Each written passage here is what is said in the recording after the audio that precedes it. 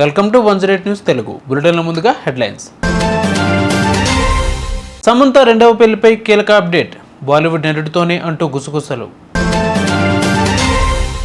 అన్నను పట్టించుకుని పంజాబ్ కింగ్స్, తమ్ముడిలో ఉన్న స్పెషల్ ఏంటి? పవన్ కళ్యాణ్ ఒక game changer, next target Delhi, Modi master plan. December 1 నుంచి దేశవ్యాప్తంగా ప్రభుత్వ మార్పులు. నాగచైతన్యకు విడాకులిచ్చిన తర్వాత ఒంటరిగానే జీవిస్తున్న సమంత మయోసైటిస్కు గురవడంతో ఏడాదిన్నరగా పైగా సినిమాలకు విరామం ప్రకటించింది. తర్వాత సినిమాల్లో ఆఫర్లు రావడం లేదని బహిరంగంగానే చెప్పింది. రెండవ పెళ్లి చేసుకుంటారా అనే ప్రశ్న సమంతకు పలుసార్లు ఎదురైనప్పటికీ చేసుకోనని, ఆ ఉద్దేశం లేదని, ఒంటరిగానే జీవిస్తానని చెబుతూ వస్తోంది. ఈ క్రమంలోనే సమంతకు సంబంధించిన ఒక వార్త ప్రస్తుతం వైరల్ అవుతోంది. బాలీవుడ్ హీరోతో ప్రేమాయణంలో ఉందని, త్వరలోనే ఆ హీరోని వివాహం చేసుకుని వారి ఇంట్లోకి కోడలుగా అడుగుపెడుతోందని ఆ వార్త సారాంశం. ఆ హీరో ఎవరో కాదు, ఇటీవల వరకు మలైకా అరోరాతో ప్రేమాయణం నడిపిన అర్జున్ కపూర్. ప్రముఖ నిర్మాత బోనీ కపూర్ కొడుకైన అర్జున్ కపూర్ ఇటీవలే మలైకా అరోరాకు బ్రేకప్ చెప్పారు. ఆ బ్రేకప్ చెప్పడానికి కారణం సమంతను వివాహం చేసుకోవాలన్న నిర్ణయమే అన్నది వైరల్ అవుతున్న వార్త.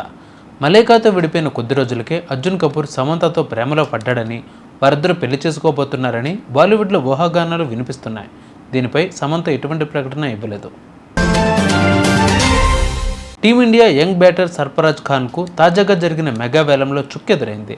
అతన్ని కొనుగోలు చేసేందుకు ఏ ఫ్రాంచైజీ కూడా ఆసక్తి చూపించకపోవడం క్రీడాభిమానులకు నిరాశకు గురిచేసింది. అయితే అతడి సోదరుడు ముషీర్ ఖాన్ను మాత్రం పంజాబ్ కింగ్స్ సొంతం చేసుకుంది. దీనితో అభిమానులతో పాటు పలువురు మాజీలు సర్ఫరాజ్కు ఎందుకలా జరిగింది అంటూ ఆరా తీస్తున్నారు. ఈ మెగా వేలంలో 75 లక్షల బేస్ ధరతో సర్ఫరాజ్ వేలంలోకి వచ్చాడు. అయినప్పటికీ సర్ఫరాజ్ను తీసుకునేందుకు ఐపీఎల్ ఫ్రాంచైజీలేవీ ముందుకు రాలేదు. 30 లక్షల బేస్ ప్రైస్తో వచ్చిన ముషీర్ ఖాన్ను పంజాబ్ కింగ్స్ సొంతం చేసుకుంది. దీనితో 19 ఏళ్ల ముషీర్ ఖాన్ ఐపీఎల్లో ఎంట్రీ ఇవ్వనున్నాడు. ఏపీలో పవన్ కళ్యాణ్కు ప్రధాని మోడీ అత్యంత ప్రాధాన్యత ఇస్తున్నారు. ఆంధ్రప్రదేశ్ రాష్ట్రానికి ప్రధాని మోడీ వచ్చినప్పుడల్లా ఆయన పవన్ కళ్యాణ్కు తగిన ఎలివేషన్లు ఇస్తూ ఉంటారు. గతంలో ప్రధాని మోడీయే స్వయంగా తుఫాన్ అంటూ పవన్ కళ్యాణ్ను పొగడటంతోనే ఎంత క్రేజ్ ఉందో అర్థమవుతుంది. దీన్ని దృష్టిలో పెట్టుకుని ఫోన్ చేసి మరీ మహారాష్ట్ర ఎన్నికల ప్రచారానికి పంపించారని చెబుతారు. అందుకే పవన్ క్రేజ్ను నార్త్లోనూ వాడుకోవాలన్నది మోడీ ఆలోచనగా ఉన్నట్టు తెలుస్తోంది. మహారాష్ట్ర ఎన్నికల్లో పవన్ను రంగంలోకి దించడానికి కారణం అదేనని చెబుతున్నారు విశ్లేషకులు. అయితే బీజేపీకి పవన్ను బ్రాండ్ అంబాసిడర్గా మార్చే ప్రయత్నంలో మోడీ ఓ రకంగా సక్సెస్ అయ్యారు. త్వరలో రాబోయే ఎన్నికల్లో కూడా బీజేపీ తరపున ప్రచారం కోసం పవన్ని రంగంలోకి దింపే ఆలోచన ఈయనకు ఉందని తెలుస్తోంది. డిసెంబర్ 1 నుంచి ప్రభుత్వం చేస్తున్న మార్పులు ఇవే. నిత్య జీవితంలో ప్రతి పనికి తప్పనిసరిగా మారిన ఆధార్ కార్డు విషయంలో కొత్త నియమ నిబంధనలు వచ్చి చేరుతున్నాయి.